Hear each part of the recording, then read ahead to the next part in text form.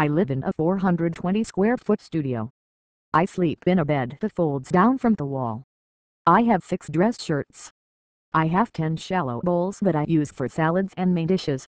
When people come over for dinner, I pull out my extendable dining room table. I don't have a single CD or DVD, and I have 10% of the books I once did. I have come a long way from the life I had in the late 90s, when, flush with cash from an internet startup sale, I had a giant house crammed with stuff, electronics and cars and appliances and gadgets. Somehow this stuff ended up running my life, or a lot of it. The things I consumed ended up consuming me. My circumstances are unusual. Not everyone gets an internet windfall before turning 30, but my relationship with material things isn't. We live in a world of surface stuff, of big box stores and 24-hour online shopping opportunities. Members of every socio-economic bracket can and do deluge themselves with products. There isn't any indication that any of these things makes anyone any happier. In fact, it seems the reverse may be true. For me, it took 15 years, a great love and a lot of travel to get rid of all the inessential things I had collected and live a bigger, better, richer life with less. It started in 1998 in Seattle, when my partner and I sold our internet consultancy company, SiteWorks, for more money than I thought I'd earn in a lifetime. To celebrate, I bought a 4-story, 3,600 square foot, turn-of-the-century house in Seattle's happening Capitol Hill neighborhood and, in a frenzy of consumption, bought a brand new sectional couch, my first ever, a pair of $300 sunglasses, a ton of gadgets, like an Audible.com mobile player, one of the first portable digital music players, and an audiophile-worthy 5-disc CD player.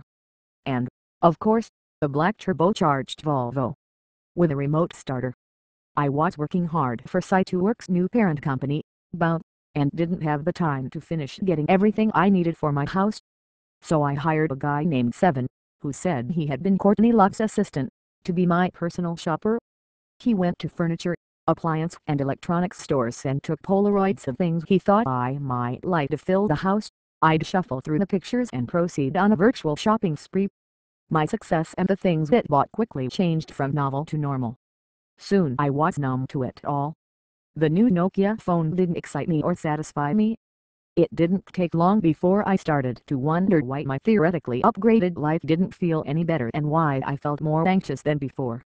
My life was unnecessarily complicated. There were lawns to mow, gutters to clear, floors to vacuum, roommates to manage. It seemed nuts to have such a big, empty house, a car to insure, wash, refuel, repair and register, and tech to set up and keep working. To top it all off, I had to keep Seven busy. And really, a personal shopper. Who had I become? My house and my things were my new employers for a job I had never applied for. It got worse.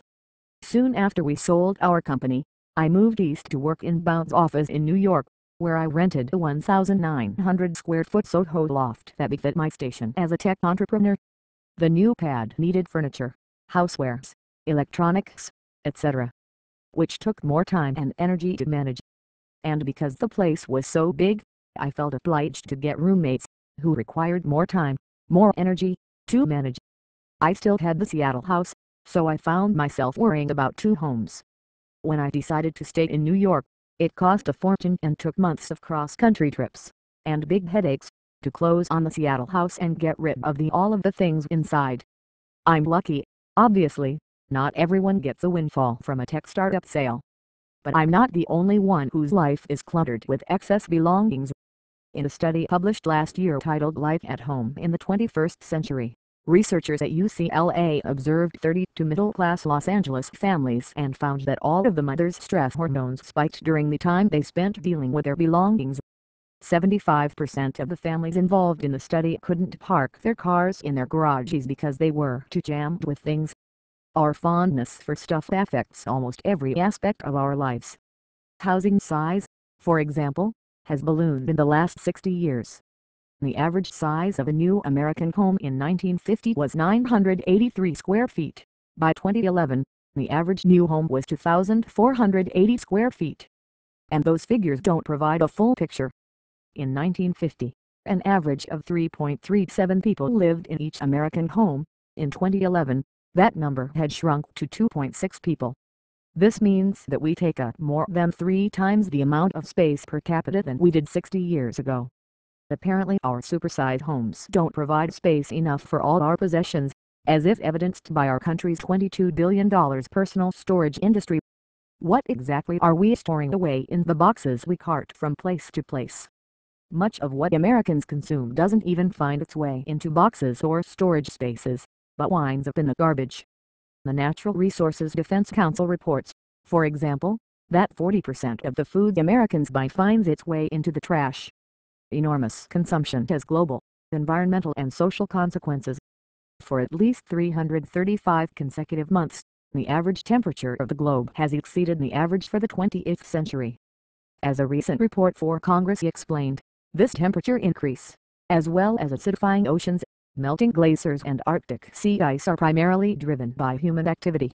Many experts believe consumerism and all that it entails, from the extraction of resources to manufacturing to waste disposal, plays a big part in pushing our planet to the brink. And as we saw with Foxconn and the recent Beijing smog scare, many of the affordable products we buy depend on cheap, often exploitive overseas labor and lax environmental regulations. Does all this endless consumption result in measurably increased happiness? In a recent study, the Northwestern University psychologist Valen V. Bodenhausen linked consumption with aberrant, antisocial behavior. Professor Bodenhausen found that irrespective of personality, in situations that activate the consumer mindset, people show the same sorts of problematic patterns and well-being, including negative affect and social disengagement. Though American consumer activity has increased substantially since the 1950s, happiness levels have flatlined. I don't know that the gadgets I was collecting in my loft were part of an aberrant or antisocial behavior plan during the first months I lived in Soho. But I was just going along, starting some start UPS that never quite started up when I met Olga, an Andorran beauty, and felt hard. My relationship with stuff quickly came apart. I followed her to Barcelona when her visa expired and we lived in a tiny flat, totally content and in love before we realized that nothing was holding us in Spain. We packed a few clothes, some toiletries and couple of laptops and hit the road. We lived in Bangkok, Buenos Aires and Toronto with many stops in between. A compulsive entrepreneur, I worked all the time and started new companies from an office that fit in my solar backpack. I created some do-gooder companies like We Are Happy to Serve You, which makes a reusable, ceramic version of the iconic New York City Anthra coffee cup, and treehugger.com, an environmental design blog that I later sold to Discovery Communications. My life was full of love and adventure and work I cared about. I felt free and I didn't miss the car and gadgets and house. Instead I felt as if I had quit a dead-end job. The relationship with Olga eventually ended, but my life never looked the same. I live smaller and travel lighter. I have more time and money. Aside from my travel habit, which I try to keep in check by minimizing trips, combining trips and purchasing carbon offsets, I feel better that my carbon footprint is significantly smaller than in my previous supersized life. Intuitively, we know that the best stuff in life isn't stuff at all, and that relationships, experiences and meaningful work are the staples of a happy life. I like material things as much as anyone. I studied product design in school. I'm into gadgets, clothing and all kinds of things. But my experiences show that after a certain point, material objects have a tendency to crowd out the emotional needs they are meant to support. I wouldn't trade a second spent wandering the streets of Bangkok with Olga for anything I've owned. Often, material objects take up mental as well as physical space. I'm still a serial entrepreneur, and my latest venture is to design thoughtfully constructed small homes that support our lives, not the other way around. Like the 420 square foot space I live in, the houses I design contain less stuff and make it easier for owners to live within their means and to limit their environmental footprint. My apartment sleeps 4 people comfortably. I frequently have dinner parties for 12.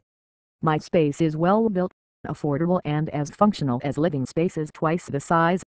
As the guy who started treehugger.com, I sleep better knowing I'm not using more resources than I need.